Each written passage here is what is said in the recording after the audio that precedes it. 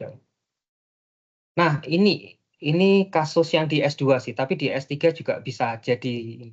Banyak yang belum punya topik tesis atau disertasi, atau ada pun masih terlalu general ya gitu. Nggak tahu harus ngapain lagi, atau bahkan belum ada pembimbing. Kalau untuk S3 aman karena sudah harus ketemu dengan calon promotor kan gitu. Pengalaman meneliti belum ada. Kalau S3 rasanya sudah pernah lah waktu S2, tapi mungkin belum sedalam kalau sekarang gitu. Atau belum biasa nulis, dulu nulisnya dibantu banget sama pembimbingnya. Nggak ada masalah, semuanya pasti pernah ngalami, belum apa ya, pernah ngalami saat pertama gitu ya. Gitu. Apa yang bisa dilakukan ya segera konsultasi. Anda sudah pernah ngobrol dengan calon promotor kan? Nah, perdalam itu. Janjian paling nggak 2 minggu sekali lah ketemu diskusi. Kemudian banyak membaca, eksplorasi topiknya, temukan riset ini. Kemudian baca referensi sebanyak mungkin, bikin tabel gitu ya, tabel perbandingan. Kalau perlu pakai alat, pakai tool, pakai AI kan sekarang banyak ya, tinggal Anda pilih yang cocok untuk kebutuhan Anda seperti itu. Kalau ada yang ngomong nggak boleh pakai AI, benar, nggak boleh pakai AI untuk nulis paper penuhnya semuanya pakai AI nggak boleh. Tapi untuk bantu eksplorasi, untuk bantu melihat isi dari paper nggak ada masalah, gitu. Boleh. Atau bikin outline dari draft paper itu oke, dan sangat membantu. Nah, ini yang bisa dilakukan dengan segera, gitu. Bikin paper review atau survei. Ya, ini bagian dari tugas di mata kuliah ini ya. Untuk cari apa paper sebanyak-banyaknya dengan metode tertentu. Anda bebas mau pakai systematic literature review atau pakai survei paper. Kalau systematic literature review itu ada metodenya. Misalkan keywordnya sudah tertentu, database yang mau diambil di mana. Nah, itu harus terus bagaimana menseleksi papernya itu harus didefinisikan. Kalau survei biasanya cuma kumpulin aja, Anda seleksi dengan cara Anda, kemudian bandingkan yang satu dengan yang lain gitu, dengan topik tertentu. Nah, paling yang bisa dilakukan juga misalkan paper conference. Jadi bikin simulasi sederhana terkait dengan kajian awal topik itu. Kemudian ya sudah, hasilnya seperti apa, bikin report kan. Kalau IEEE itu cuma 4 halaman, minimum 4 halaman, maksimum 6 halaman. Rasanya bisa deh nulis segitu ya, meskipun fontnya kecil-kecil itu, fontnya 10, single apa spasi dan seterusnya. Tapi bisa banyakin gambar, analisisnya dikit aja. Bisa seperti itu. Nanti paper conference. Nah, ini bisa, kalau pengalaman saya ini bisa jadi milestone Anda. Kalau yang saya lakukan dulu, karena saya kesulitan untuk mencari ini ya, mencari batu pijakannya, saya bikin paper sederhana dulu. Saya bikin simulasi, nah nanti saya kalahkan itu dengan paper berikutnya. Gitu. Misalkan dengan cara sederhana saya dapat hasil akurasi misalkan 75%. Saya improve itu metodenya dalam rangka ini juga eksplorasi metode yang akan saya usulkan kan. Kemudian itu saya kalahkan dengan metode yang saya improve tadi. Misalkan dari 70% naik ke 80%. Nanti saya kalahin lagi gitu. Sehingga apa? Nanti di ujungnya harapannya saya punya nemu satu metode yang lebih bagus dari minimal dari penelitian saya sebelumnya. Nah, itu kan ada ini ya kan, ada apa namanya? Ada progresnya seperti itu.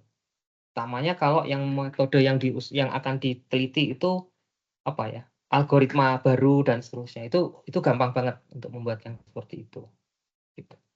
Kalau kajian sih agak berat ya, agak susah. Saya nggak terlalu paham kok yang seperti itu.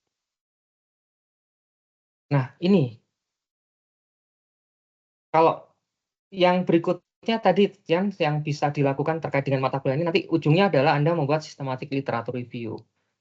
Jadi dia adalah, yaitu isinya sebenarnya mencari ini, mencari penelitian-penelitian terdahulu, kita lihat trennya, kita bandingkan, dan bagaimana kira-kira arahnya ke depan seperti apa. Nanti kita evaluasi. Nah, systematic literature review itu nggak sama dengan literature review. Jadi kalau literature review itu hanya dibaca, ditampilkan hasilnya, tapi nggak ada analisisnya. Kalau systematic literature review, dari proses mengumpulkannya pun sudah ada sistematikanya gitu. Harus tertentu. Nanti mungkin akan ada bagian khusus membahas ini ya. Gitu. Nah, ini prosedurnya secara sederhana. Misalkan kita apa namanya,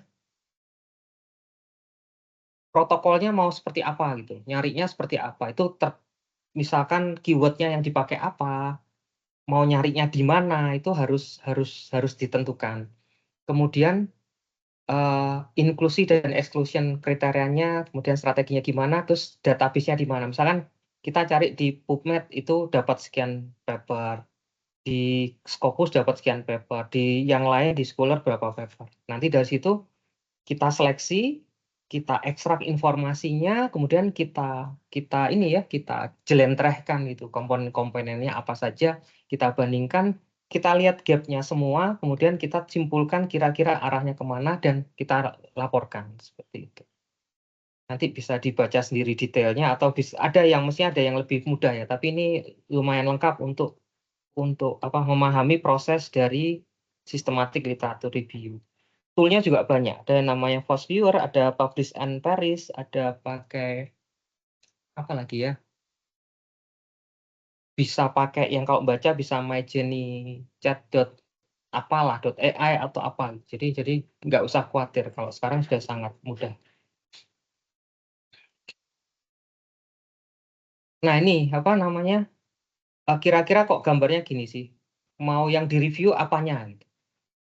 Jurnal atau topik seperti apa, question-nya apa, yang 3 nggak usah ya. Kemudian protokolnya kita tentukan, pencarian kita lakukan, kemudian dicari mana yang masuk, mana yang enggak, ekstrak datanya, kemudian sintas apa, kita buat result-nya seperti apa, kita tulis, kemudian kita diseminasi report-nya. Nah, dalam prosesnya yaitu intinya jangan manual, jangan search di Google Scholar kemudian kita download satu-satu itu, tapi adalah cara yang lebih cepat dibanding itu. Kemudian bikin tabel ringkasan, tabel ringkasnya boleh manual, bisa pakai tool yang lain juga gitu ya. Kemudian kelompokkan hasilnya gitu.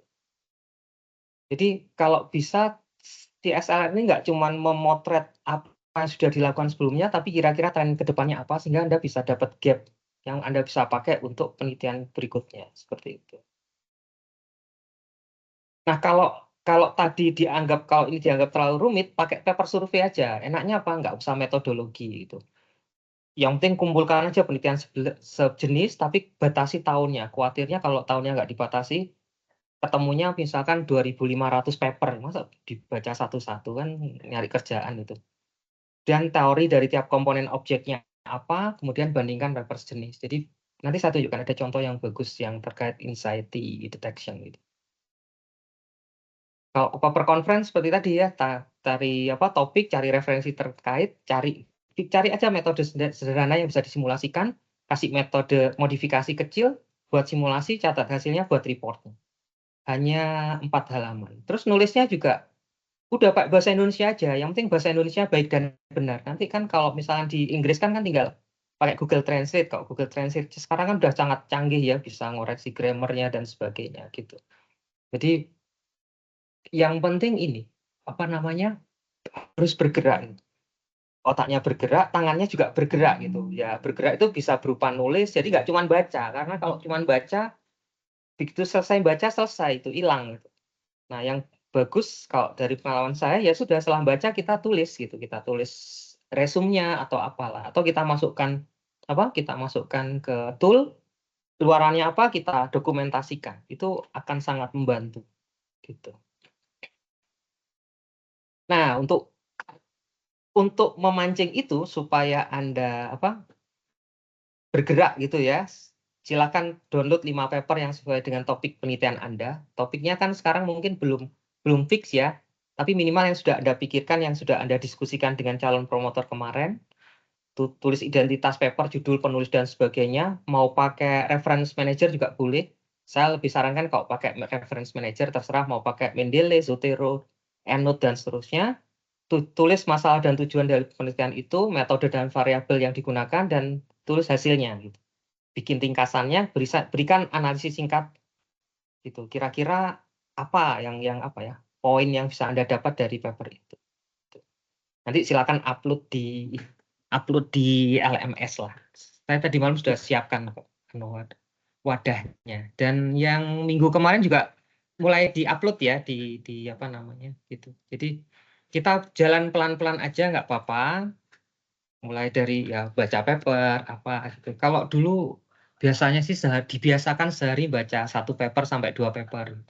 Saya dulu saking saking ambisnya karena semester 1 itu semester yang agak rawan ya, kalau kita nggak cepet nemu topik itu masih stres gitu.